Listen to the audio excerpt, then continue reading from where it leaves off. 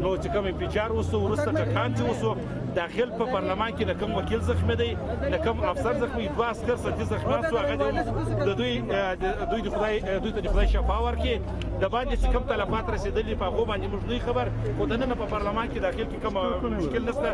موږ د افغانستان ټول خلکو ته اطمینان ورکوو